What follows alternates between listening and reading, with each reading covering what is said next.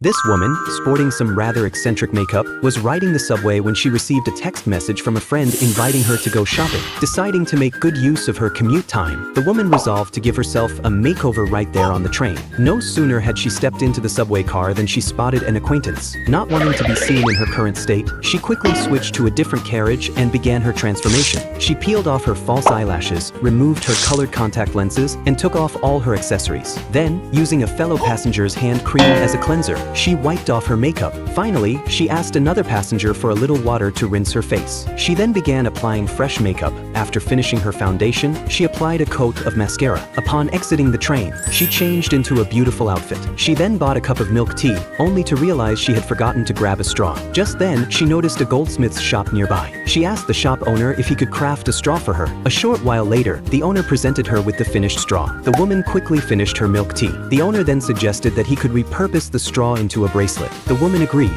Once the bracelet was finished, the woman and her friend prepared to head home. However, they found that their assigned seats were separated. When the woman felt like having a snack, her friend ingeniously linked their snacks together. This allowed the woman to enjoy her treats without disturbing the passengers seated between them. A little later, the friend pulled out a bag of oversized potato chips. Just as the woman was wondering how she would possibly reach the chips, her friend, in the very next second, whipped out a pair of giant chopsticks. And so, the two friends happily shared the bag of giant potato chips. Before long, the woman felt thirsty again. She then pulled out a piece of giant fruit. Just as the two friends were happily munching away, the passenger seated between them woke up.